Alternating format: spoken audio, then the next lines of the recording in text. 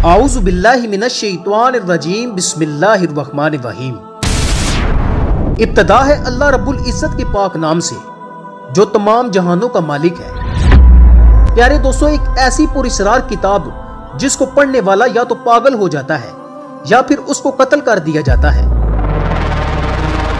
और ये बात कितनी सच है कि ये किताब दुनिया की सबसे खतरनाक किताब है और दुनिया के बहुत सारे ममालिक में इस किताब को पढ़ने पर पाबंदी क्यों आयद की गई। प्यारे दोस्तों, आज की इस मालूमाती वीडियो में हम आपको एक ऐसी शैतानी किताब के बारे में बताएंगे कि जिसके बारे में जानने के बाद आपके यकीनन होश उड़ जाएंगे। इस शैतानी किताब को क्यों तहरीर करवाया गया और इस किताब के लिखने का मकसद क्या था और शैतान इस किताब को तहरीर करवाकर क्या कुछ हासिल करना चाहता था। नाज़रीन ग्रामी, शम्सुल मुआरिफ एक ऐसी किताब है जिसको जादुई दुनिया का बेताज बादशाह समझा जाता है। इस किताब को 6ठी सदी हिजरी में अरबी जुबान में तहरीर किया गया और इस किताब को तहरीर करने वाले शख्स के बारे में मुख्तलिफ रिवायात पाई जाती हैं। बाज़ रिवायात के मुताबिक इसके मुसन्निफ का नाम शरफुद्दीन या शहाबुद्दीन है और बाज़ रिवायात के मुताबिक इसके मुसन्निफ का नाम अहमद अलबूनी है। नाज़रीन ग्रामी, अलबूनी एक ऐसा शख्स था जो जादू और अमलियात में बेइंतहा महारत रखता था। प्यारे दोस्तों, इस किताब में रूहानी अमलियात और जिन्नात को काबू करने और नाजायज तरीके से मालो दौलत इकट्ठा करने के लिए बेशुमार अमलियात और वज़ाइफ दर्ज हैं। ये अमलियात पर मुश्तमिल एक ऐसी किताब है जो अमलियात की दुनिया में एक अलग मुकाम रखती है। यही वजह है कि दुनिया के सारे ममालिक में यह किताब मतनाज़ा है और मतनाज़ा होने की वजह से इस किताब के पढ़ने पर पाबंदी आयद है। प्यारे दोस्तों, इस किताब के बारे में कहा जाता है कि जब से इस किताब को तहरीर किया गया, इसके तहरीर होने के 100 साल बाद तक यह किताब किसी के भी काम की ना थी, क्योंकि जो कोई भी शख्स इस किताब को पढ़ने की कोशिश करता या तो फिर वो मजनू हो जाता या फिर जिन्नात उस पर हावी होकर उसको कत्ल कर देते। 100 साल तक इस किताब का सिर्फ एक ही नुस्खा था।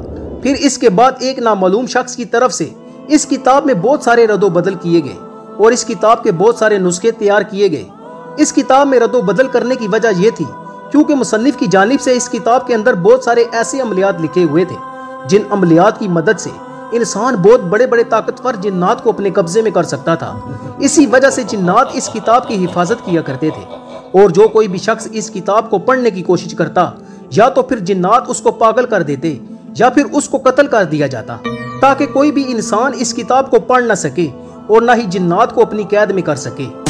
रिवायात में आता है कि कुछ अरसा गुजरने के बाद एक अजनबी आमिल की तरफ से इस किताब में से उन नुस्खों को निकाल दिया गया जिन नुस्खों की वजह से जिन्नात इंसानों को कत्ल किया करते थे।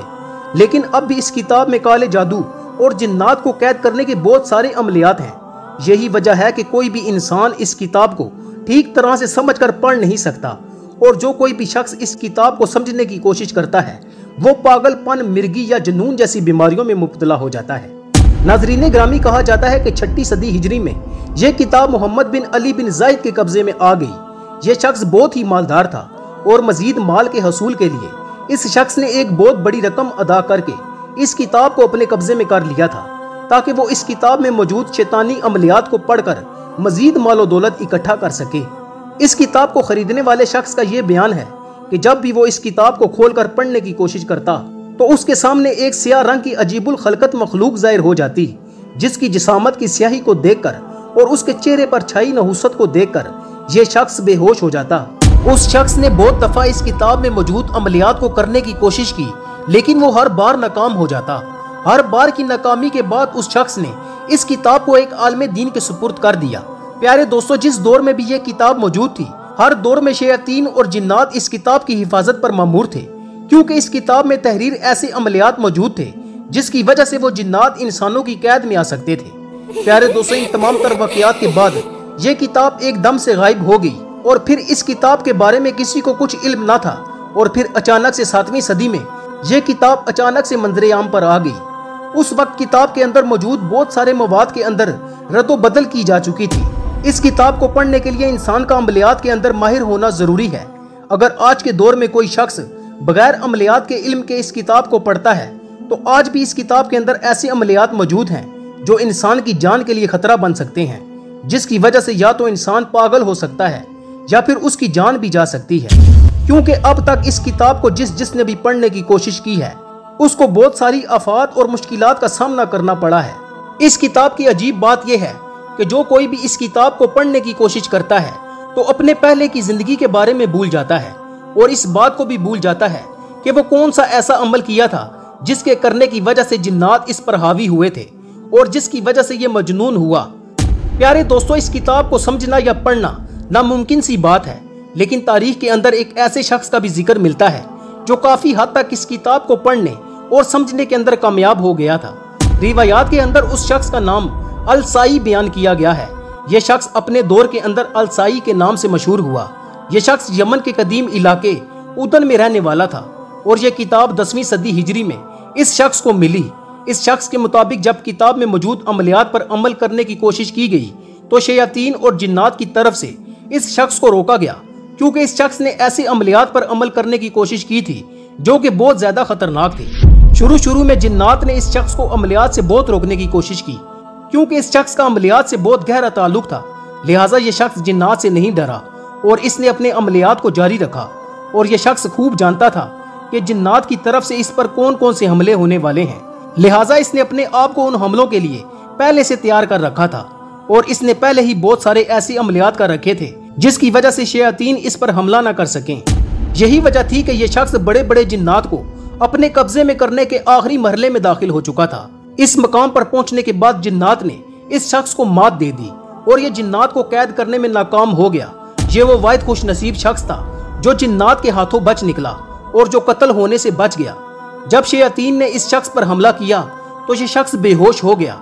होश में आने के बाद उस शख्स ने बताया कि हैरत अंगेज तौर पर वो उस बात को भूल चुका है कि उसने कौन सा ऐसा अमल किया था जिस अमल के करने की वजह से शयातीन उस पर हमला आवर हुए थे, और वो किताब का कौन सा हिस्सा और कौन से ऐसे अल्फाज थे जो बेहोश होने से पहले ये पढ़ रहा था।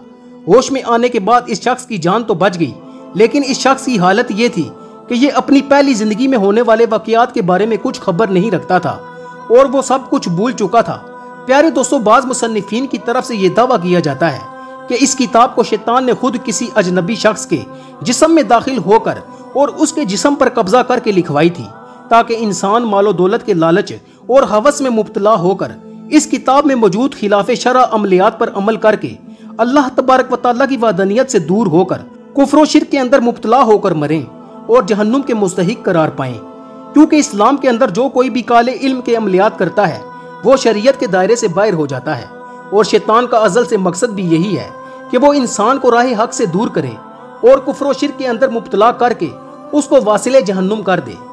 अल्लाह तबारक व तआला से दुआ है कि अल्लाह तबारक व तआला हमें शैतान के शर से महफूज फरमाए और नेक अमाल करने की तौफीक अता फरमाए। प्यारे दोस्तों, अगर आपको हमारी ये वीडियो अच्छी लगे तो इसे अपने दोस्तों के साथ जरूर शेयर कीजिएगा और हमारे चैनल को भी सब्सक्राइब कर लीजिएगा।